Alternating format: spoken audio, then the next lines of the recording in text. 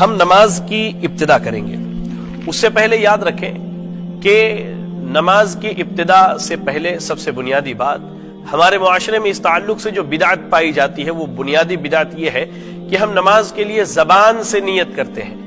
میں نیت کرتا ہوں 4 رکعت فرض نماز کی بوقت ظہر اور منہ میرا قبلہ شریف کی طرف، یا اس طرح کے جو الفاظ کہے جاتے ہیں، تو یہ سنت سے ثابت نہیں، مروجہ بدعات میں سے ایک بہت بڑی بدعت ہے جس سے ہمیں اور آپ کو بچنے کی ضرورت ہے۔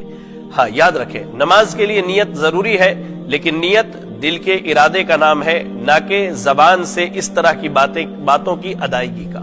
جب ہم نے ارادہ کیا، دل میں ارادہ کر لیا، گھر سے نکلے کہ میں ظہر کی نماز کی ادائیگی کے لیے جا رہا ہوں، یا عصر کی نماز کی ادائیگی کے لیے، یا مغرب کی یا عشاء کی نماز کی ادائیگی کے لیے، تو جب ہم مسجد پہنچے الحمدللہ اب ہم نماز کیسے پڑھیں گے، تو میں بحیثیت امام آپ کو ایک نماز پڑھ کے دکھا رہا ہوں، ٹھیک ہے، اور اس دوران میں آپ سے بہت ساری باتیں بھی کروں گا، جہاں غلطیاں ہیں ان غلطیوں کی اصلاح کی کوشش بھی کروں گا۔ چلیے، سب سے پہلے ہم نے مؤذن صاحب نے تکبیر اقامت کہہ دی ہے، اب ہماری ذمہ داری سب سے پہلے کہ ہم تکبیر تحریمہ کہیں، اور تکبیر تحریمہ کہتے ہوئے اپنے ہاتھ کو اٹھائیں۔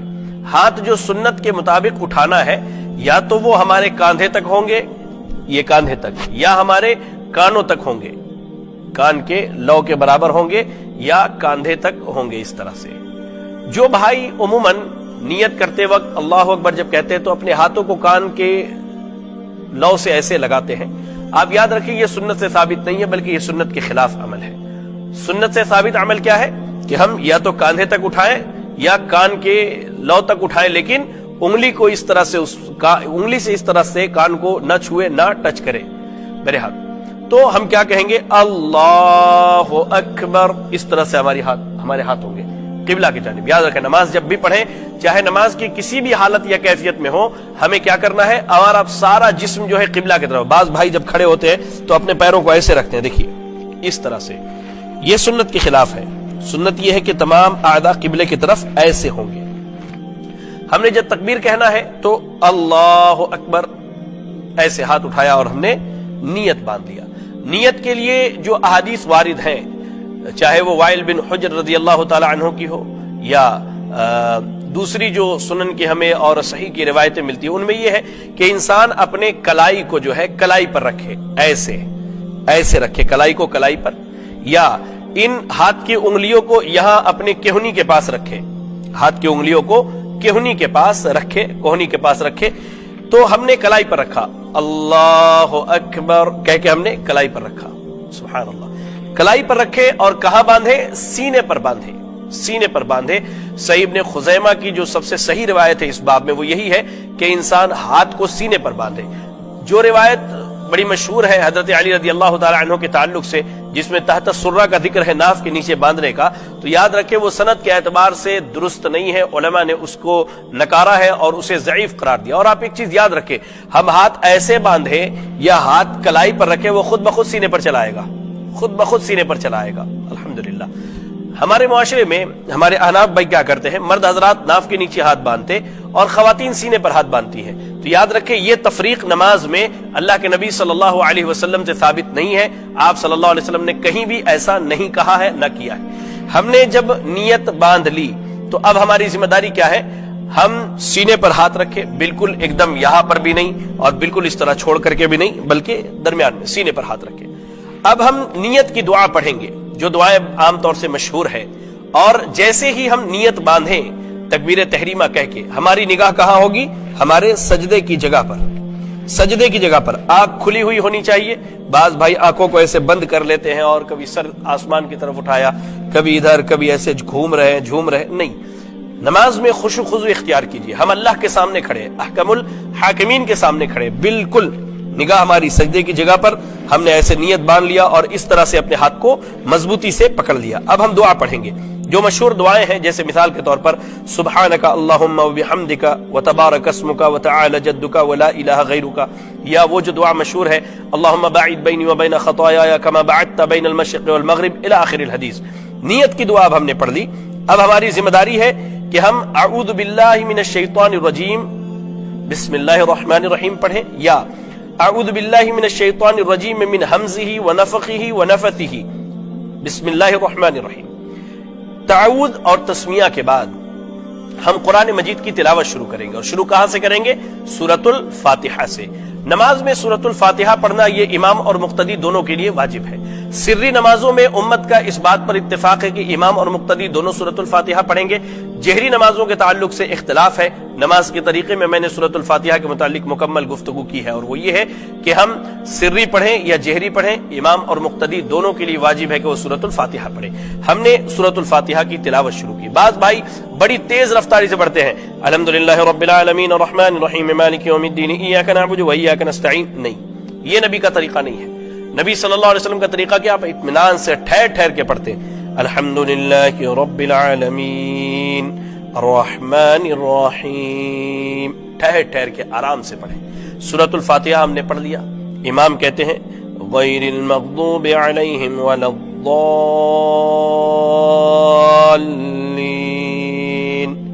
پیچھے سے ہمارے بعض بھائی جو مقتدی ہیں امام سے پہلے آمین کہہ دیتے ہیں. نہیں، امام جب آمین کہے تب آپ آمین کہیے. امام جب آمین کہے تب آمین کہیے. اقتدا امام کی کرنی ہے، اس سے آگے نہیں بڑھنا ہے. امام نے کہا آمین تو آپ اس کے ساتھ آمین کہیے. اس کے بعد اب پھر سے بسم اللہ الرحمن الرحیم پڑھ کر کے ایک سورت کی تلاوت کرنی ہے. اب چاہے وہ آپ بڑی سورت پڑھیں یا مختصر سورت پڑھیں. سورت مثال کے طور پہ ہم نے قل هو اللہ احد لے لیا، بسم اللہ الرحمن الرحیم قل هو اللہ احد ہم نے پڑھ لیا. سورت کی تلاوت کے بعد اب باری ہے رکوع میں جانے کی. رکوع میں جانے کا طریقہ کیا ہے؟ اللہ اکبر کہتے ہوئے رفع الیدین کریں گے، اور ہاتھ کاندھے تک یا کان تک جائے گا، اور ہم بالکل رکوع میں بڑے اطمینان سے رکوع میں جائیں گے. رکوع میں جب ہم جائیں تو ہماری یہ دونوں ہاتھ جو ہے بالکل گھٹنے پر مضبوط ہوں گے، اور یہ ہاتھ سیدھا ہوگا. بعض بھائی بہت بالکل ایسے جھک جاتے ہیں رکوع میں. بعض بھائیوں کو دیکھا ایسے رکوع کرتے ہوئے. نہیں، اللہ کے نبی صلی اللہ علیہ وسلم جب رکوع کرتے تو آپ کا یہ ہاتھ جو ہے کمان کی رسی کی طرح، کمان کے ڈوری کی طرح ٹائٹ ہوتا ہے اسے بالکل. اور یہ پیٹھ جو ہے ہماری بالکل سیدھی ہو، اور سر پیٹھ کے برابر ہو، نہ بالکل ایسے ہو اور نہ ہی بالکل ایسے ہو، یہ بالکل برابر. رکوع میں جانے کے بعد رکوع کی جو معروف دعائیں ہیں ان میں سے کوئی بھی دعا کم از کم 3 مرتبہ سبحان ربی العظیم، سبحان ربی العظیم، سبحان ربی العظیم. اب رکوع سے اٹھنے کی باری ہے. سمع اللہ لمن حمدہ، سمع اللہ لمن حمدہ کہتے ہوئے رفع الیدین کرے یا کہنے کے بعد رفع الیدین کرے. سمع اللہ لمن حمدہ امام اور مقتدی دونوں کہیں گے. ہمارے یہاں معروف کیا ہے کہ امام سمع اللہ لمن حمدہ کہتا ہے اور مقتدی ربنا ولک الحمد حمدا کثیرا طیبا مبارکا فی پڑھتے. نہیں، امام اور مقتدی دونوں سمع اللہ لمن حمدہ اور ربنا ولک الحمد حمدا کثیرا طیبا مبارکا فی. ہم نے پڑھ لی دعا.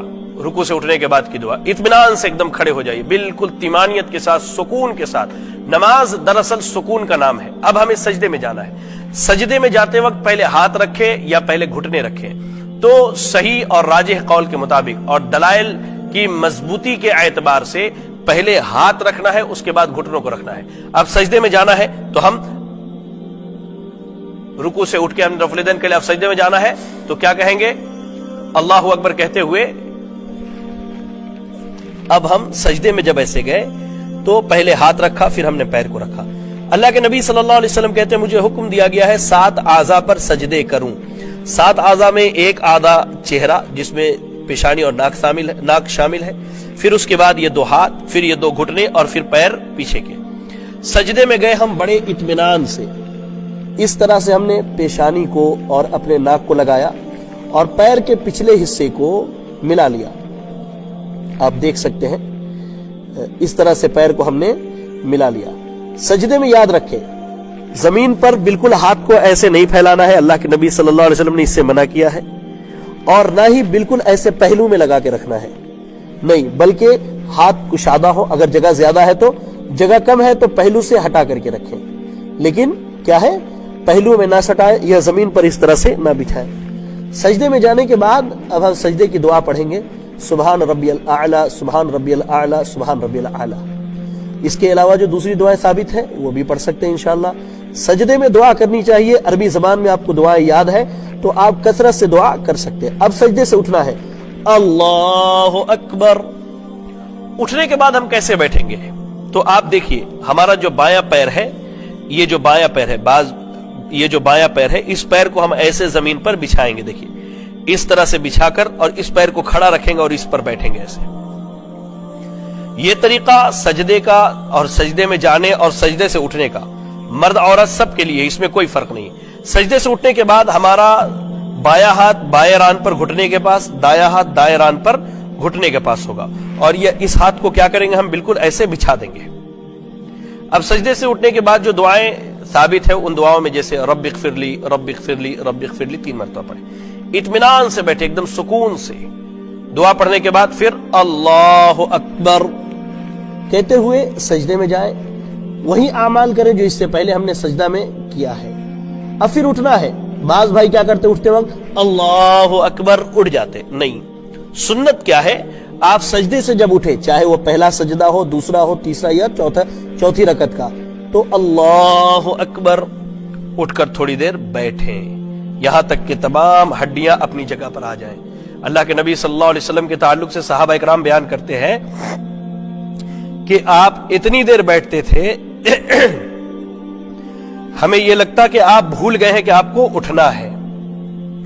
سجدے سے اٹھنے کے بعد اس طرح بیٹھیں پہلی رکعت میں، اب پھر جو ہے اٹھ جائیں، آپ مختصر بیٹھے، لمبا نہیں، مختصر بیٹھے۔ اٹھنے کے بعد پھر اپنی جگہ پر کھڑے ہو گئے، پھر سے دوبارہ ہاتھ سینے پر اور کلائی کے اوپر، کلائی بائیں ہاتھ کے اوپر، دایاں ہاتھ سینے پر باندھ لیا ہم نے۔ پھر بسم اللہ الرحمن الرحیم پڑھیں، سورۃ الفاتحہ کی تلاوت کریں، پھر کوئی مختصر سی سورت پڑھیں، پھر اللہ اکبر کہتے ہوئے رکوع میں جائیں۔ رکوع کا جو طریقہ آپ کو بتلائے گا بالکل ویسے ہی رکوع کریں، اعتدال کے ساتھ، اطمینان کے ساتھ، سکون کے ساتھ دعا پڑھیں رکوع کی، پھر اٹھیں۔ سمع اللہ لمن حمدہ ربنا ولک الحمد حمدا کثیرا طیبا مبارکا فیہ، ٹھیک ہے۔ اس کے بعد اب ہمیں سجدے میں جانا ہے، تو ہم اللہ اکبر کہتے ہوئے کیا ہے سجدے میں چلے جائیں۔ سجدہ جیسے کرنے کا بتایا گیا ویسے ہی کریں، تمام اعضاء سیدھے ہوں، قبلے کی طرف ہوں، سجدے کی دعا پڑھیں، اللہ اکبر کہتے ہوئے پہلے سجدے سے اٹھیں، سبحان ربی اللہ رب اغفر لی، رب اغفر لی، رب اغفر لی پڑھیں، پھر اللہ اکبر کہتے ہوئے سجدے میں جائیں، اطمینان اور سکون سے سجدہ کریں، اللہ سے جتنی چاہے دعائیں مانگیں، عربی زبان میں آپ کو دعائیں یاد ہیں تو دعائیں پڑھیں، پھر اللہ اکبر کہتے ہوئے بیٹھیں۔ یہ دوسری رکعت ہماری ہے۔ اب یہ دوسری رکعت اگر فجر کی ہے تو ہماری آخری رکعت ہوگی وہ، اگر مغرب کی ہے تو اس کے بعد 1 رکعت پڑھنی ہے، اور اگر ظہر عصر یا عشاء کی ہے تو اس کے بعد ہمیں 2 رکعت پڑھنی ہے۔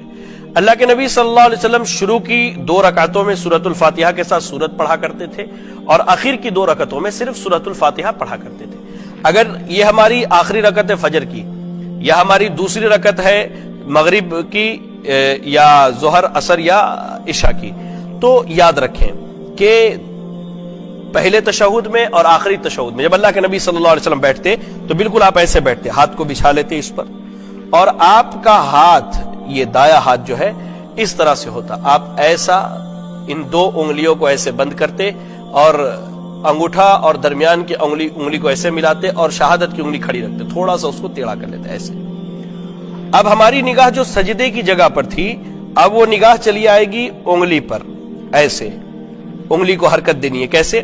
التحیات للہ والصلوات الطیبات السلام علیک ایہا النبی ورحمۃ اللہ وبرکاتہ، السلام علینا وعلی عباد اللہ الصالحین، اشہد ان لا الہ الا اللہ واشہد ان محمدا عبدہ ورسولہ۔ یہ بعض بھائی یہ کرتے کہ صرف اشہد ان لا الہ الا اللہ پر انگلی کو حرکت دیتے، پھر اس کو اشہد ان محمد رسول اللہ پہ جھکا لیتے، تو میں نہیں سمجھتا کہ یہ کسی حدیث سے ثابت ہے یا یہ سنت کا عمل ہے۔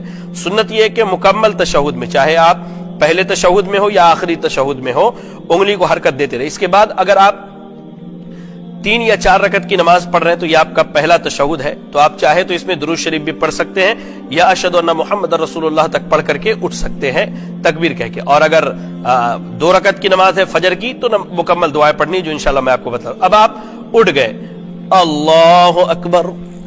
اب ہم تیسری رکعت کے لیے اٹھتے ہیں، چاہے وہ مغرب کی ہو یا عشاء ظہر یا عصر کی ہو، تو رفع الیدین کرنا ہے۔ عبداللہ ابن عباس رضی اللہ تعالیٰ عنہما کہتے ہیں کہ اللہ کے نبی صلی اللہ علیہ وسلم رفع الیدین کرتے اور پھر سے نیت باندھے۔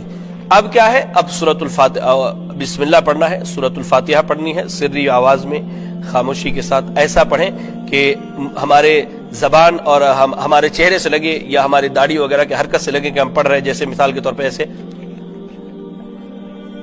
اس طرح سے. یہ سنت سے ثابت ہے. اس کے بعد اللہ اکبر کہہ کے ہم رکوع میں جائیں، سجدہ کریں. 3 رکعت کی نماز ہے تو بیٹھ جائے، آخری تشہد ہے.